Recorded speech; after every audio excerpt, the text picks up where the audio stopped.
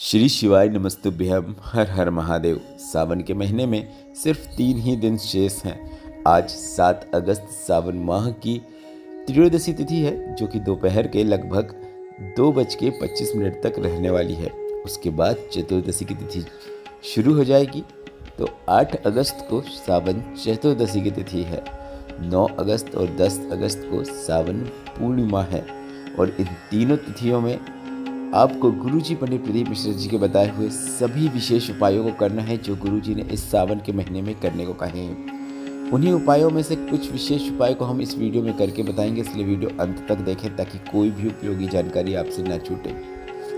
सावन का पावन महीना भोलेनाथ की भक्ति करने के लिए विशेष माना जाता है। इस महीने की गई पूजन आपकी मनोवांछित इच्छा तो पूर्ण करती है, पर वह आपकी इच्छा को शीघ्र भी पूर्ण करती है। इसलिए सावन के महीने में सभी भोलेनाथ को प्रसन्न करने के लिए शिवलिंग पे जल अर्पित करते हैं, भोलेनाथ का पूजन अर्चन करते हैं, भजन आदि करते हैं। और आपको भी सावन की अंतिम 3 विशेष तिथियों में कौन कौन से विशेष उपाय करना है, वह हम आपको वीडियो के माध्यम से बताने वाले हैं। बढ़ते हैं पहले विशेष उपाय की ओर।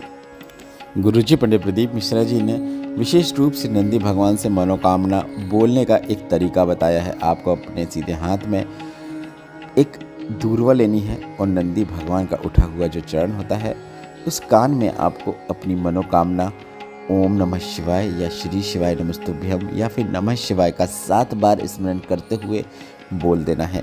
जो भी मनोकामना आप बोलते हैं, गुरुजी ने कहा, वह शीघ्र जरूर पूर्ण होती है। आपको अपनी मनोकामना बोलने के बाद उस दूर्वा को नंदी भगवान के उठे हुए चरण के पास अर्पित कर देना है। कुछ बातों का ध्यान रखना है कि आपको मनोकामना भी उसी कान से बोलना है जो नंदी भगवान का उठा हुआ पाँव होता है, उसी ओर से आपको मनोकामना बोलना है। और अगर आपके घर के नज़दीक में नंदी भगवान जो हैं, अगर उनकी मूर्ति है और मूर्ति में अगर घंटी बनी हुई है, तो आप नंदी भगवान की घंटी को पकड़ते हुए भी श्री शिवाय नमस्तुभ्यम या फिर नमः शिवाय या फिर ओम नमः शिवाय मंत्र का 7 बार उच्चारण करते हुए अपनी मनोकामना कर सकते हैं।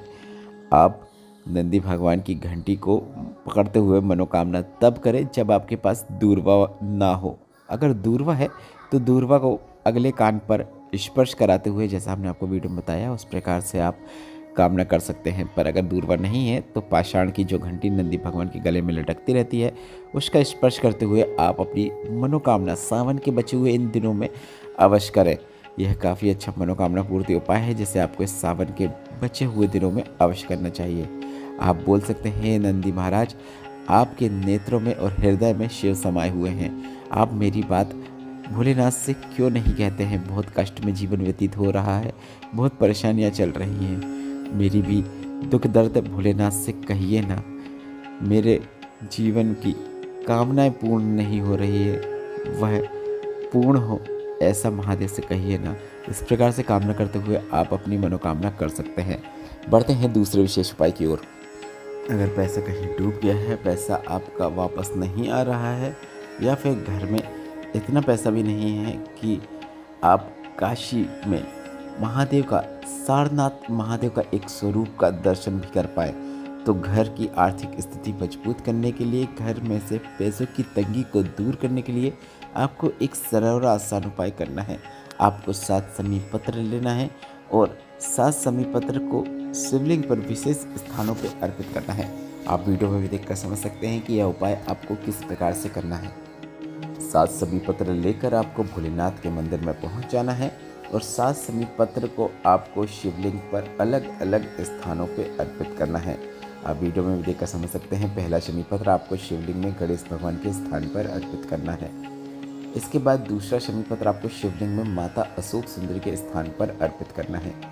इसके बाद तीसरा शमी पत्र आपको शिवलिंग में माता पार्वती का जो हस्तकमल होता है, शिवलिंग का जो कटीय भाग होता है, वहाँ पे अर्पित करना है। इसके बाद चौथा शमी पत्र आपको शिवलिंग के ऊपर अर्पित करना है। पूरा उपाय करते समय आप श्री शिवाय नमस्तुभ्यम और सारनाथ महादेव का नाम स्मरण अवश्य करें।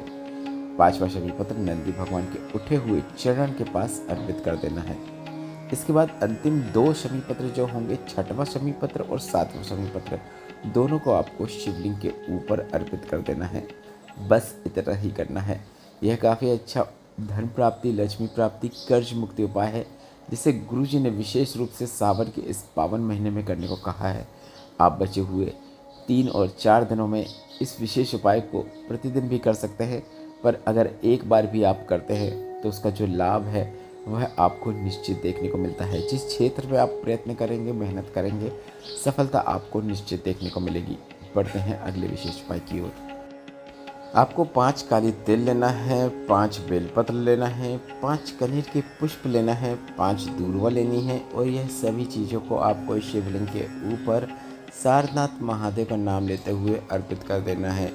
अगर कहीं पर आपका पैसा फंस गया है, कोई पैसा लौटा नहीं रहा है, पैसा डूब गया है या फिर बहुत जीवन में दुख तकलीफ और कष्ट चल रहे हैं, तो यह उपाय सावन में किसी भी एक दिन अगर आप कर देते हैं तो यह सभी समस्याओं से आपको मुक्ति मिल जाती है। गुरुजी पंडित प्रदीप मिश्रा जी का बताया यह एक विशेष उपाय है, जिसे आपको इस सावन के बचे हुए दिनों में से एक दिन तो अवश्य करना ही है। काफ़ी सरल और आसान उपाय है। सभी सामग्री आपको आसानी से मिल जाती है। दूर्वा, बेलपत्र और कनेर के पुष्प और काली तिल आसानी से देखने को मिल जाती है। तो यह सरल और आसान उपाय आप जरूर करें। इसके बाद आप 2 कलश से जल शिवलिंग पर श्री शिवाय नमस्तुभ्यम बोलते हुए, नमः शिवाय बोलते हुए, ओम नमः शिवाय बोलते हुए अर्पित कर दें। बस इतना ही करना है। बढ़ते हैं अगले विशेष उपाय की ओर। गुरुजी पंडित प्रदीप मिश्रा जी ने शिवलिंग पर दूर्वा को अर्पित करने से संबंधित एक विशेष जानकारी दी है। अगर आप अपनी जीवन से रोग, बीमारी और कष्टों को दूर करना चाहते हैं तो आपको शिवलिंग पर सप्ताह में एक बार शमी पत्र को विशेष रूप से अर्पित अवश्य करना है, क्योंकि शमी पत्र को शिवलिंग पर अर्पित करने का एक तरीका होता है जो काफ़ी विशेष है। आपको शमी पत्र लेना है और शिवलिंग में माता पार्वती के हस्त कमल में शमी पत्र को स्पर्श कराना है। इसके बाद शमी पत्र को आपको शिवलिंग के ऊपर अर्पित करना है। जैसे बेलपत्र अर्पित करते हैं, शमी पत्र को भी वैसे ही उल्टी अर्पित करना है और शमी पत्र की डंडी जो होती है वह जलाधारी की ओर होना चाहिए।